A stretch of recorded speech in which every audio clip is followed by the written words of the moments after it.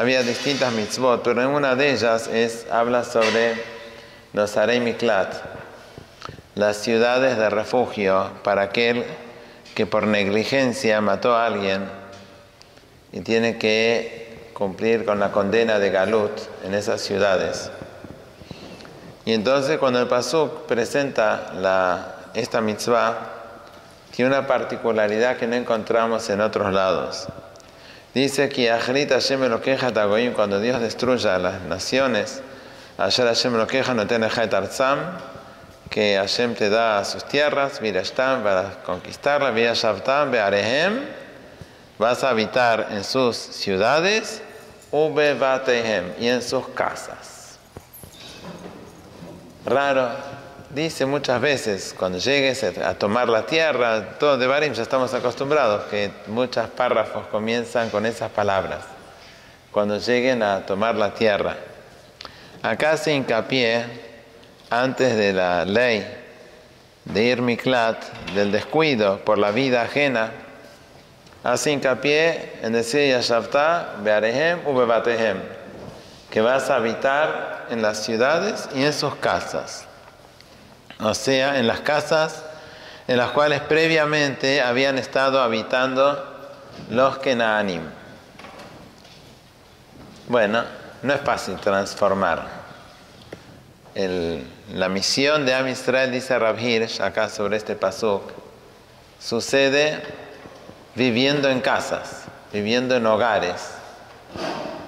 Y las casas que tomamos de los Kenaanim están saturadas de su forma de vida. Transformar una casa de un Kenaaní en un hogar yehudí para que no queden vestigios, remanentes de la vida descuidada, irresponsable, porque estamos hablando de un acto de irresponsabilidad, por eso es Hayab Galut, por eso el que mató sin querer, obviamente no tuvo intención de matar, dice Pasuk claramente, Bivlidat, Ulosonelo Mitmon Shishom, no lo odia, no quiso matarlo, ¿verdad? No, nadie duda que no quiso. No hubo intención, pero la negligencia, el descuido, puede ser tan riesgoso, tan peligroso, y obviamente también responsabilidad de aquel que lo perpetra, que aquel que lo lleva a cabo. O sea, estamos hablando que acá claramente nos hace saber de la importancia que tiene la vida hogareña. No solo en lo que se hace, sino en particular en los descuidos, lo que sucede dentro del hogar por no fijarse, por no tener en cuenta lo que en la forma de ser.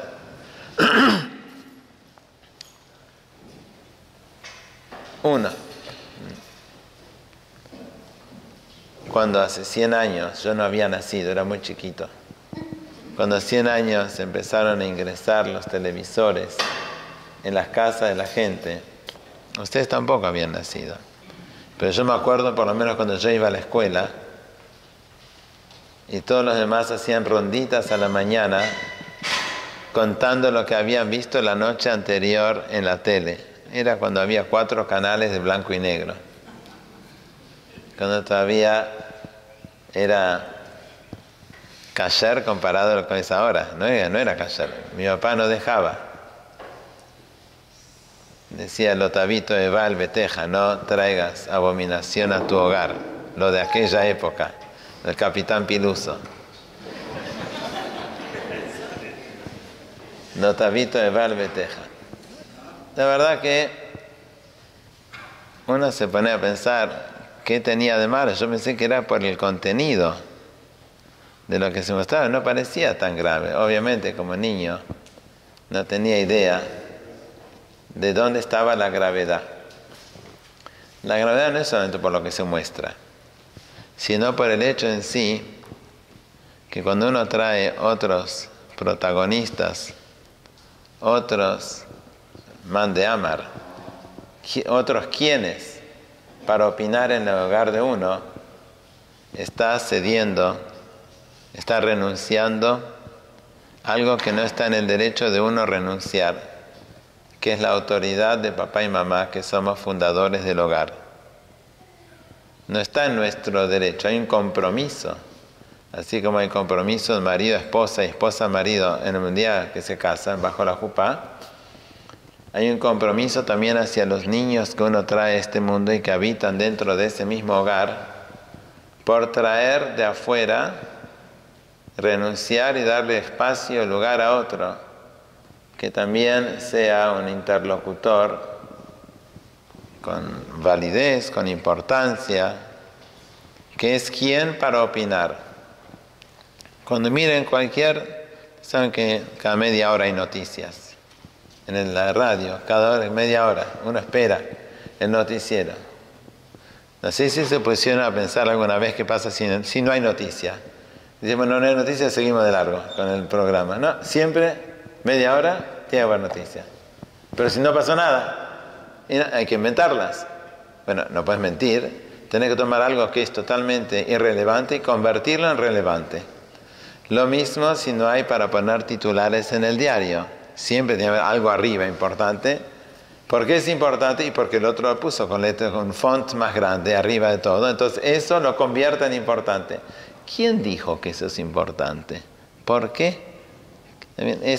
Esta invasión, y que automáticamente por verlo con letras más grandes que decidió alguien que decidió que todos los días obligatoriamente tiene que poner que algo se convierte importante, tiene que llamar mi atención. Si hay algo que diferencia a seres humanos de animales, es su capacidad de pensar y de hablar. Hazbe Shalom, que una persona no tiene manos, no tiene pies, no tiene ojos, no tiene oídos, capacidad de escuchar, está mal. Lo mismo sería para una persona, para un animal. Pero cuando la capacidad de pensar disminuye, cuando funciona todo, no sé si vieron alguna vez una persona con Alzheimer, que funciona todo el cuerpo, pero no funciona la mente. Entonces su parte humana, su parte de Tselem Elohim, de ser divino, es lo que está anulado. Es lo peor que puede pasar por una persona. Porque eso es lo que lo convierte en humano, es lo que diferencia Mutar Hadam min Habeimah. La diferencia entre persona y animal pasa precisamente por poder pensar. Y lo que está en juego es eso. Cuando nos roban a nosotros, permitimos que nos roben por negligencia. No es a propósito, es como el Ir Miklat. Uno está ahí, ¿por qué? Por negligencia. La vida de los kenanitas que estaban antes, la que influye en el ser humano. ¿En qué? En que no importa, da todo lo mismo. Da lo mismo si lo que digo yo o lo que dice algún otro que entra a mi hogar con permiso mío, puesto en un quisea kabod, una mesa de kabod en el comedor, o sea, un lugar especial. No es una licuadora que está dentro del armario, está en primer lugar. Con lo cual esto ya es mucho antes que nosotros, ya todo esto es antes que nacimos, y ustedes seguro que son más jovencitos. Con lo cual ya es la segunda, tercera generación que está bajo el ataque de que en los hogares cada vez cumplen menos protagonismo, cada generación menos. Quienes lo vieron nacer, quienes lo vieron en forma incipiente, cuando parecía que no tenía tanta importancia lo que pasaba, y sin embargo advirtieron el riesgo que esto significa para la transmisión de una generación a otra, que precisamente tiene que pasar por el hogar. Entonces supieron lo que decían, sabían, ya no viven para ver con sus propios ojos lo que advertían y suponían que iba a suceder 50, 60 años más tarde, y que lo estamos experimentando hoy en forma grave, porque cada vez va siendo más y más. La Torá de esta parashá, lo que leímos hoy, digo esta parashá porque la que me acuerdo, porque la leímos hoy, si no pedían. La parashá de hoy habla de otro lugar también de hogares. Un soldado va a la guerra, se paran los kohanim ahí frente a los soldados Entonces le habla a la gente, Shema Israel, y después le dice, Dibru Ashoterim, le dicen al pueblo, una persona que construyó una casa nueva y no la inauguró, que vuelva a su casa para que no muera en la guerra y la inaugure otra. ¿Quién fue y plantó un viñedo y no llegó a no llegó a comer porque está todavía orla, supongo? Que vaya, vuelva a casa, le causa angustia, dice Rashi, Agmat Nefesh, mala sangre, que quizás se muera y que otra persona lo inaugure, Yehalelenu. O una persona que se casó, hizo Erusín, y no tomó a la mujer, no vivió con ella, lo mismo. Ahora, pensé un momento, ¿qué está pasando acá? Uno va a la guerra, supongo que ir a la guerra es peligroso, no es como ir a tomar un café. No sé, en Buenos Aires hay que saber, pero digamos que él va a la guerra, es peligroso. ¿Miedo a qué? Miedo a morir, supongo. ¿A qué? Miedo a morir, a matar. Ahora, si uno va a la guerra y se muere, ¿y qué pasó con la casa que estaba construyendo? ¿O con el viñedo? ¿O con la esposa? A Haraya Mabul, no sé, detrás de mí, que pase lo que pase. Si yo igual no está viviendo, ¿qué le importa lo que pasó con la casa que construyó? Igual nadie se lleva nada de este lugar. ¿Por qué tanto Agmat Nefesh que la estuvo construyendo y que quedó truncado el sueño, no llegó a vivir? ¿Cuándo es Agmat Nefesh? ¿Antes, después? Después de morir no hay, debe ser antes. ¿Cuál es el dolor? ¿Cuál es el sufrimiento de la persona en esa situación? Dice el Rav Shvab que la idea detrás de esto es que una persona cuando construye algo invierte no solo dinero, una persona que es consciente de los actos, no hace las cosas porque todos la hacen, sino porque es parte de siéntese su abodá, su tarea en esta tierra, hacer, construir la casa, sembrar. En ese acto no es un acto físico, si bien se ponen ladrillos uno encima del otro y ventanas y puertas, pero ahí se construye a través de sus actos, del hogar que está poniendo el viñedo, la esposa. Tiene ideas, tiene sueños de que esto se convierta en un espacio espiritual, tanto el hogar donde va a vivir, como también todo lo demás que está haciendo, el hogar, la esposa, con quien está programando su futuro. ¿Y qué va a pasar? Ve'ishaher, una persona con ideas ajenas, no sus propias ideas, no porque es otro, sino porque aquello que uno le puso Kedushá se va a utilizar después de manera profana, como que lo que importa es cuánta plata va a ganar, o no sé cómo va a ser la casa en la cual él invirtió ideas espirituales, que después esa casa le puso fuerza y se convierte en un lugar profano, donde no se siente la Kedushá. Y lo mismo con la esposa. O sea, el Agmat Nefesh, la mala sangre que se hace, el haber invertido el alma, el pensamiento, la espiritualidad, y que después lo que uno hizo se convierta detrás de él en un espacio carente de estos valores, de esta Kedushá que uno quiso ponerle. Otra vez lo mismo. ¿Qué hace que el hogar sea un lugar especial?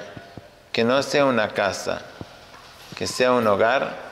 Es lo que puso aquel que lo estaba construyendo, invirtió.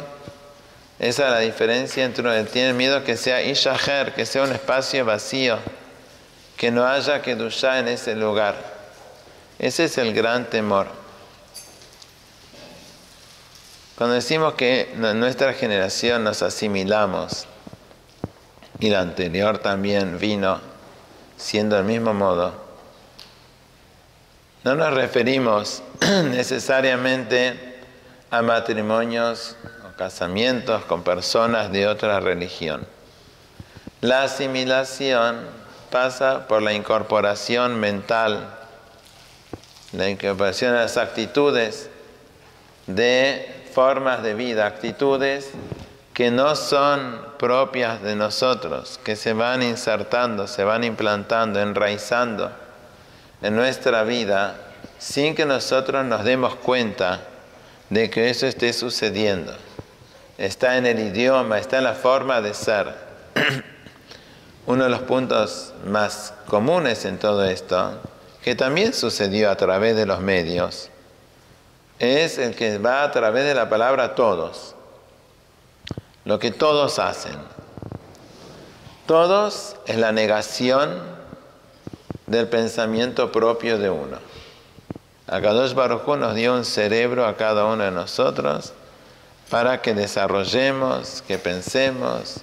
Obviamente hay reglas, hay una disciplina en la vida de la Torah. No es que uno va a inventar la pólvora, no va a inventar el bien y el mal, que ya lo determinó el Todopoderoso. Pero cada uno pensar por sí mismo y pensar, enseñar a pensar, desarrollar, no simplemente que lo lleven a uno. En el comienzo de la parashá, cuando hablaba de Shofetim y Shotrim, dice sobre esto el Midrash. ¿Qué son los Shotrim, los policías, los que cuidan? En realidad el trabajo es propio. El Midrash dice sobre eso, lo trae el Rav Wolbe. ¿A qué se refiere esto de los Shotrim? Y trae unos pesukim de los cuales habla en Mishle. Recomienda a la persona a que vaya a aprender de la hormiga. La hormiga es laboriosa, hace trabajo hormiga, así. Lejen anemala atzel. Aragán ve a la hormiga, mira cómo trabaja en verano, en la cosecha. No tiene quien la mande, no tiene policías, no tiene, sin embargo, cumple su tarea propia. Hay una cuestión interna, hacia adentro. Uno le gusta mirar hacia afuera, porque es parte de la asimilación, es reemplazar la mirada que debería haber interna en cada uno por curiosear lo que pasa afuera. Cuando yo era bajur en la yeshiva tenía una jabruta que un abrej hasídico. Un día, no sé por qué, fuimos a ver algo, caminaba por la calle y entonces me dijo: ¿por qué estoy mirando lo que hay alrededor? ¿Qué me importa? ¿Qué necesito saber? ¿Cuál es esta midá? Que yo otra vez no entendía lo que me estaba diciendo. Uno camina, mira lo que hay alrededor. Jerusalén, dentro de todo, no es como caminar acá por Pueyrredón. Era Jerusalén de alguna vez donde, y sin embargo, ¿qué estoy mirando? También la mirada tiene que ser hacia adentro. Mirar hacia afuera, y hay programas televisivos dedicados especialmente a meterse en la intimidad, en la privacidad de la gente. Es todo con tal de no mirar hacia adentro, no reconocerse a sí mismo. Yo a veces me gusta preguntar a la gente, ¿cuántas veces hay que salir un varón, una chica, para conocerse, para decidir si casarse con ella o no? Con ella, con él, los dos. Entonces, 20 peguillotes de 5 horas alcanzan. ¿Suficiente? No. Sí, no. Después las respuestas son encima. No, nunca se termina de conocer. Y bueno, hay que casarse, sí. Bueno, ¿cuánto? Sí, no, más. Dobla la apuesta, quizá más. 40 peguillotes, 8 horas cada una. O sea, después, ¿cuándo? No, nunca, sí, no. Bueno, después que empezamos a darnos cuenta que nunca se conoce al otro, dice, bueno, imagínate un momento. No alcanza para conocer a la otra persona tantos encuentros. ¿Cuánto tiempo estás dentro de los 24/7, 24 horas al día, 7 días por semana? ¿Cuánto tiempo te dedicas a conocerte a vos mismo? Y la peguillá consigo mismo nunca sucede. No pasa, uno está distraído. Que esa es la cuestión. Vivimos distraídos.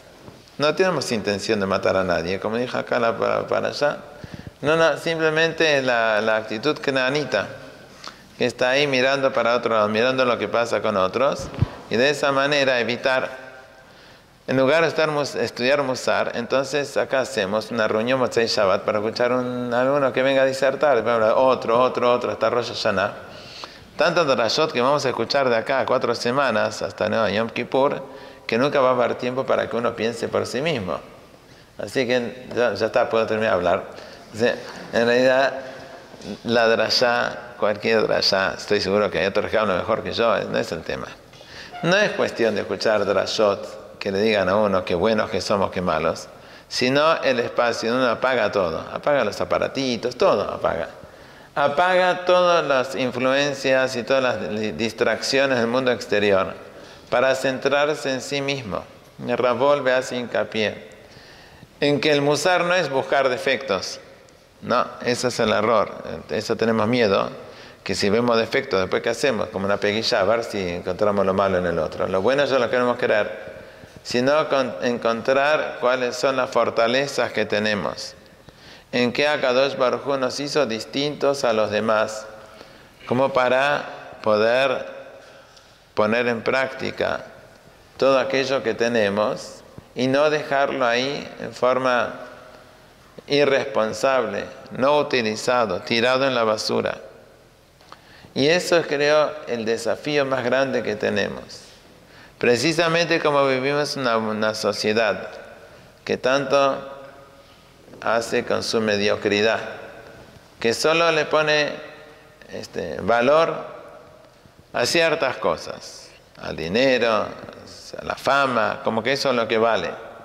Entonces la individualidad que cada uno tiene, los regalos que Akadosh Baruj Hu le dio a cada uno propios, con facultades, destrezas, dones, facilidades, condiciones que cada uno tiene propias, que no los tienen los demás, con lo cual cumple su propia misión individual, quedan inutilizadas, porque como estamos tan acostumbrados a estandarizar por lo que la sociedad reconoce como valioso, entonces dejamos de lado aquello que Hashem le dio a cada uno en forma propia. Dice Rav Wolbe en esta parashá, hacia el final, cuando dice la prohibición de destruir árboles frutales, lo tashchit. Entonces dice ahí, depende cómo se lee, pues la Torah no tiene signo de pregunta, exclamación. Rashi lo toma como signo de pregunta. Ki Adam etz hasadeh. Los demás otros perushim lo toman una comparación. La persona es como el etz, como el árbol. Ahora, que lo dejan plantado a uno, eso ya sabemos todo, más que una vez. Pero no a eso se refiere, que es que Adam etz hasadeh. ¿En qué somos igual? Dice Rav Wolbe. No sé si algunas vieron un árbol, un manzano. De manzano porque crecen manzanas, ¿verdad? Eso ya sabíamos.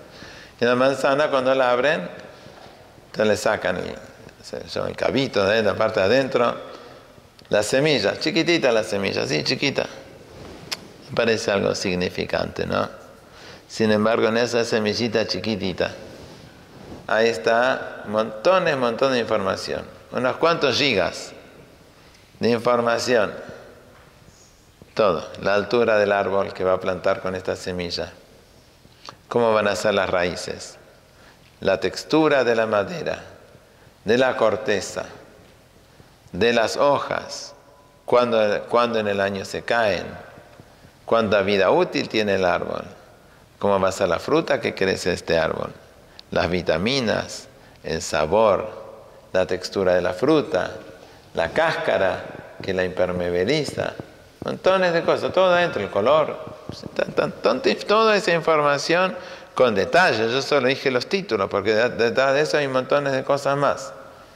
Ni se ve, vos cuando ves la semilla, lo único que ves, la sacás de la boca, no querés comer la semilla, por no sé qué, piensa que hace mal. ¿Bien? Así, me dijeron que crecen arbolitos así como las semillas, entonces por eso no quiero comer la semilla.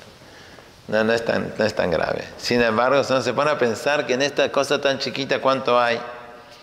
¿Cuántas veces pensamos que nosotros, que el Adam, que es hasadeh, el árbol, que es como el árbol, es de la persona, que es como el árbol, uno mismo, los hijos, cuánto tienen de futuro, cuánta opción tiene y cuánto queda inutilizado? Alguna vez leí, cuando la gente todavía pensaba, entonces decía en una revista de Reader's Digest que la gente promedio utiliza 3% de su capacidad de análisis. Acá en Sharet Tefilá son 4, digamos, ¿no? Pero el promedio de la calle. Eso es lo que la gente todavía pensaba, antes que ya haya cada vez más otros que piensan por uno. Ya está, o sea, en la persona promedio que quede, no estamos hablando de gente que estudia en Yeshiva, que utiliza la cabeza, seguramente eso no entraría dentro de la... También tiraría abajo todo el promedio. Quizás se prometió a esa gente también, por eso llegó a 3, que ya se hubiese quedado en 1. Así. Pero nada, otros, se repite, slogans, nada, ni a quien vota, ni a quien, nada, así nomás. Se repite y no se utiliza. La baja autoestima que sufrimos hoy en esta sociedad, porque se destruyó el pensamiento y la creatividad de los seres humanos. No hacemos nada, apretamos botoncitos, ni siquiera sacamos agua del pozo, se abre la canilla, monocomando frío o caliente, y está uno pasivo sentado frente a la pantalla. La autoestima no es porque uno lo halagan y lo felicitan, sino no sería autoestima, sería estima por otros, interna. La autoestima se desarrolla por el pensamiento de la persona y por la acción, cuando hace cosas útiles, no porque otros la reconozcan. Y cuanto más inactivo está la persona mirando lo que otros hacen, entonces menos se desarrolla la autoestima, más bullying, más todas estas cosas. Cuanto más los hogares quedan vacíos, o sea que uno está lo mínimo posible, cualquier cosa afuera es atractiva, o sea, dentro del hogar, miren algún edificio, desde abajo van a ver los colorcitos. Los que no está la luz apagada porque están afuera, están los colorcitos, que sí que hay una tele, una pantalla encendida. Si no hay otro que le está entreteniendo, y si no hay que dentro de casa se habla del todos, es porque la gente no está en casa, está buscando alguna otra y llega a casa para dormir. O sea que para comer, dormir, ducharse, y protagonismo en la casa, en la vida de uno, el hogar tiene 0. Y si el hogar es 0, piensen ustedes, 2000 años. No tuvimos Medianat Israel, país propio, ejército, nada, no tenemos, lo único que tenemos y lo que tuvimos fue el hogar. En las aldeas pequeñas en Alemania, en Polonia, no había rabinos. Para 3, 4 familias seguro que no podían. ¿Cuántos sabían leer el Sidur? Shulchan Aruch, no sé, quizás el Kitzur en los últimos años. ¿Cuánto podían? ¿Qué hacían? Lo que habían en papá. La conducta de papá y mamá es lo que le daba fuerza a los hijos para transmitirlo también. Y aun cuando la iglesia trataba de juntar adeptos, siempre tenían fuerza para renunciar a todo, incluso cuando eran expulsados de un país a otro, se mantenían fuertes. ¿Por qué? Porque esa fuerza la habían recibido en la contención que recibieron cuando eran niños en sus hogares. Y nuestros hogares no brindan contención, no brindan respaldo. Yo, cuando fui chiquito, viví en un hogar. Por eso, por lo menos sé de haberlo visto, de haberlo conocido. Aun cuando íbamos al colegio no yudí durante 10 años, y aun cuando estábamos sin kippah en la escuela, pero siempre estaba la contención y el respaldo que el hogar nos dio, que podríamos jugar de visitantes en un espacio hostil, moralmente hostil, con otras formas y todo, y sin embargo saber que siempre estamos respaldados. Cuando uno no tiene hogar, porque está en la calle, físicamente está poco, y cuanto más estos aparatos tienen espacio dentro del hogar, estando encendidos, entonces mentalmente también no hay ni físicamente ni mentalmente, y cuando no es mentalmente tampoco afectivamente, porque de física hay afecto no está presente mentalmente, y entonces no hay contención, o sea que está cada uno solo. En esa soledad que sienten los adultos y más aún los niños, están mucho más expuestos a que cualquier situación de terceros afuera les afecte. No es que antes no nos peleamos, siempre hubo peleas en las escuelas. Creo, no sé, quizás en las escuelas de Los Ángeles, los angelitos, perdón. Entonces ahí no hay escuelas, no hay peleas. En escuelas siempre hubo peleas. Si fue gol, no fue gol, fue penal, yo qué sé, siempre hubo las mismas cosas. Pero las peleas no eran bullying, eran peleas.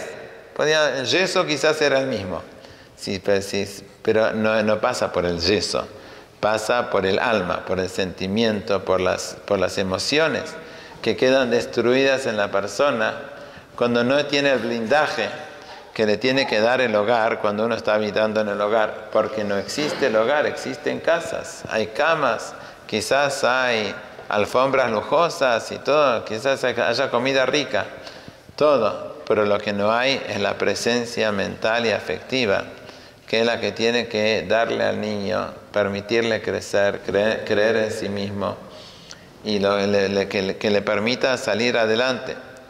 Esto es el Esasadeh. Cuando dice esta semana en la Haftará, Uri, Uri, entonces trae el Targum, dice Ravolve, que es Uri, Uri, que Idgali, Uri, Uri, Livshiuzech, que te descubras, que reconozcas quién sos.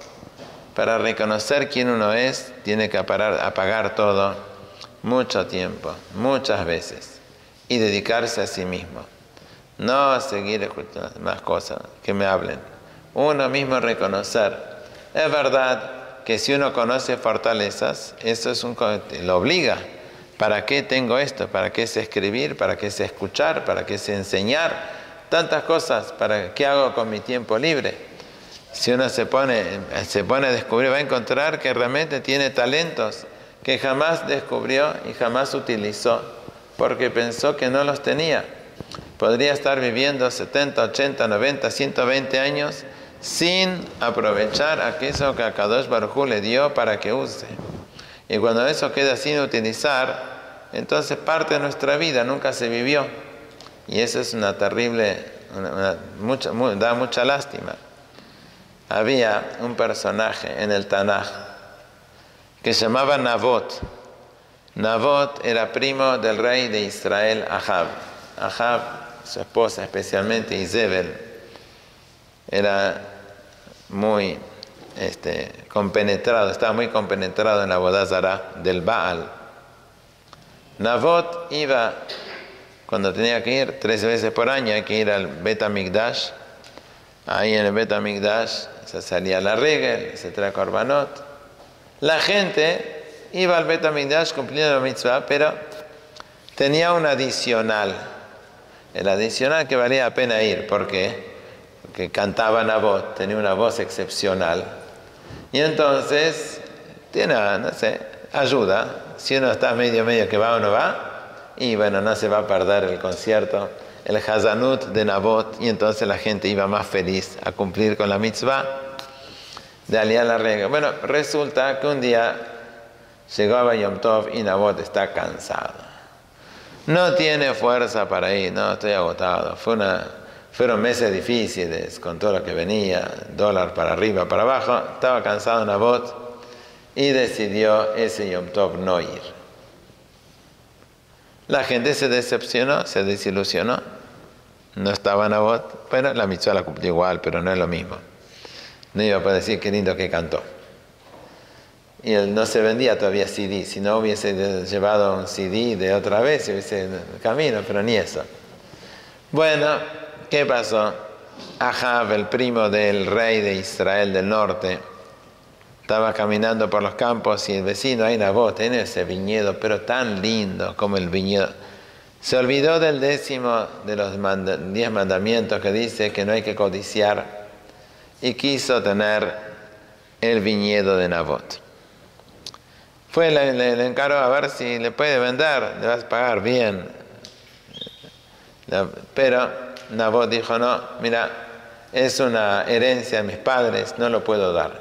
No, dale, no hay caso. Llegó a casa, estaba malhumorado, no comía. Izebel venía, Izebel era fenicia, así que venía del Líbano, ahí comían. ¿Qué comían? Me imagino, mexi, todas estas cosas. ¿Bien?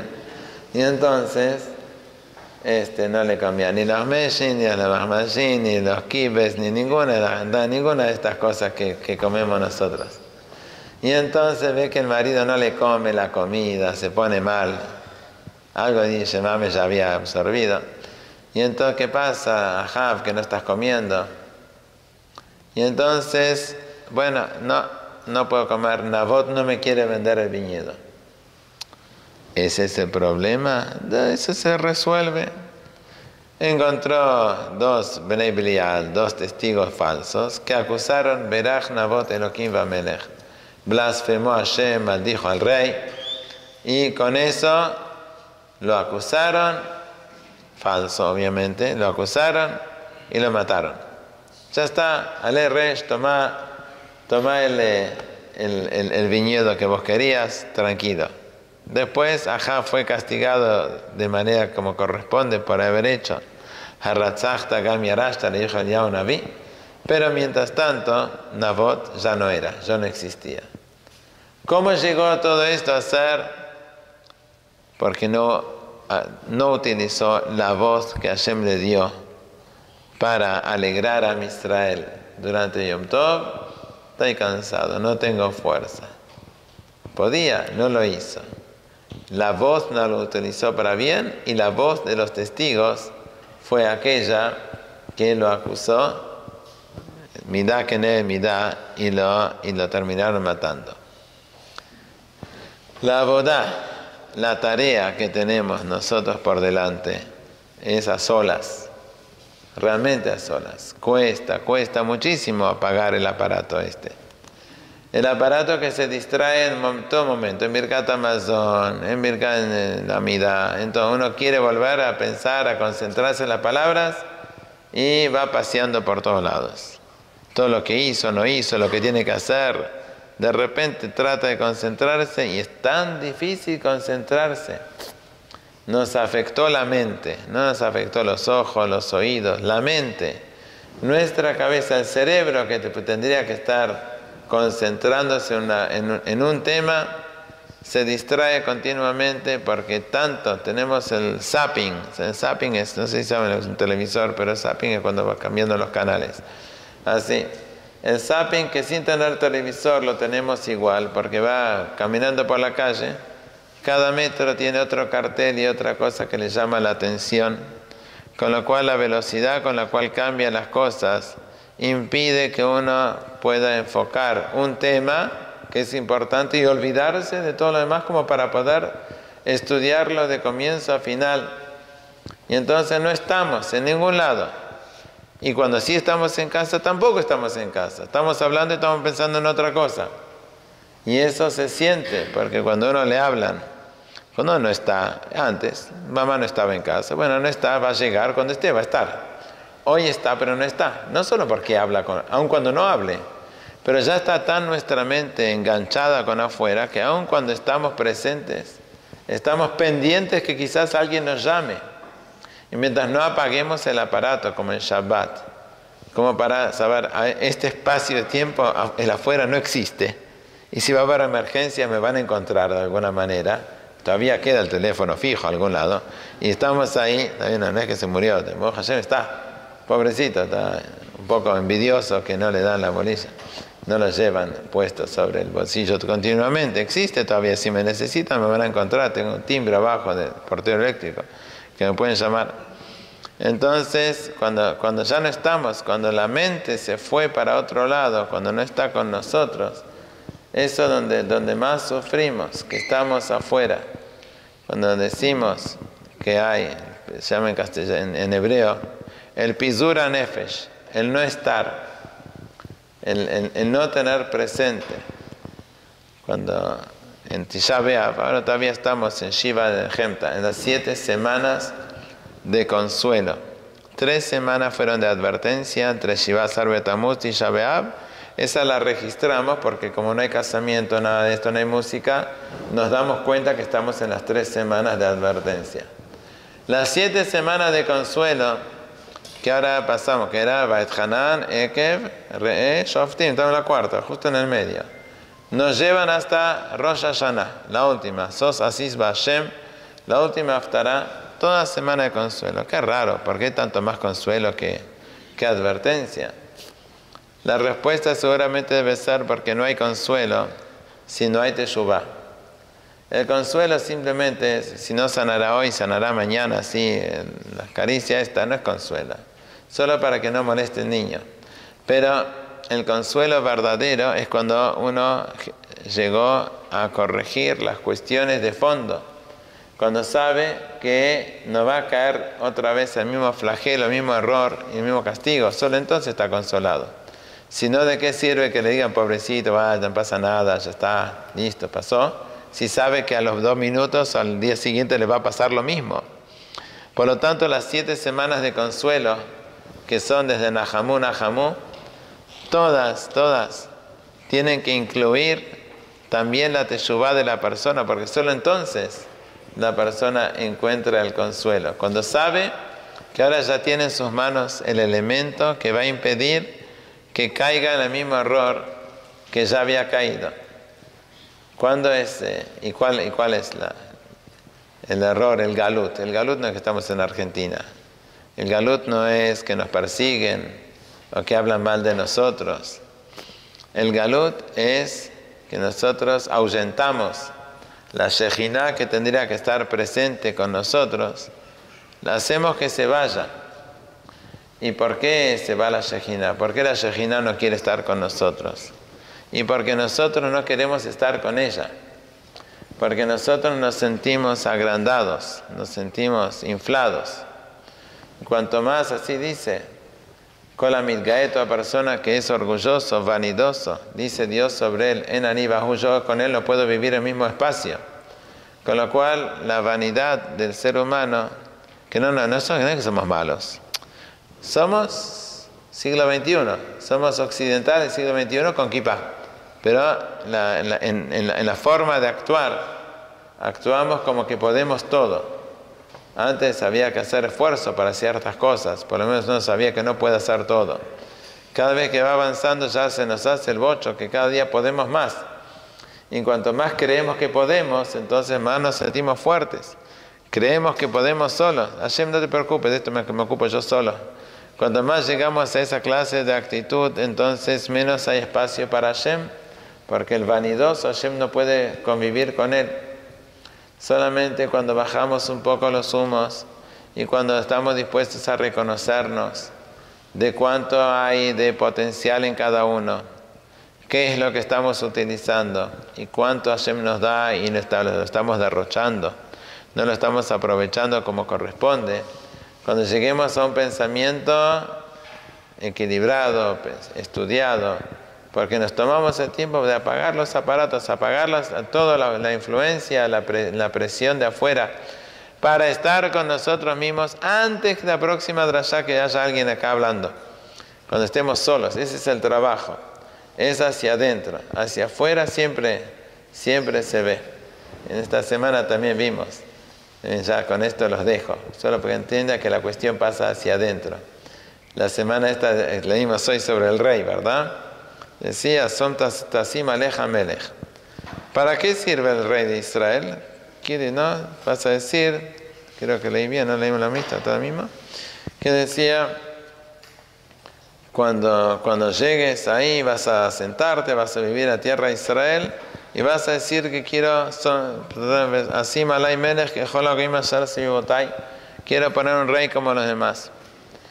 Dijimos hoy, explicamos en Beit Knesset cómo en la época de Shmuel la gente fue y dijo, los hijos no son como vos. Shmuel iba por todos lados con las mochilas resolviendo temas, los hijos pusieron oficina que la gente venga. Entonces la gente dijo, mira, estás anciano, ya tenía casi 52 años, ya estaba viejito. Y entonces tus hijos nos siguen tu camino, queremos un rey como las demás naciones. Se enojó, hizo tefilá. Hashem me dijo a Shmuel, no, a vos no te despreciaron, me despreciaron a mí.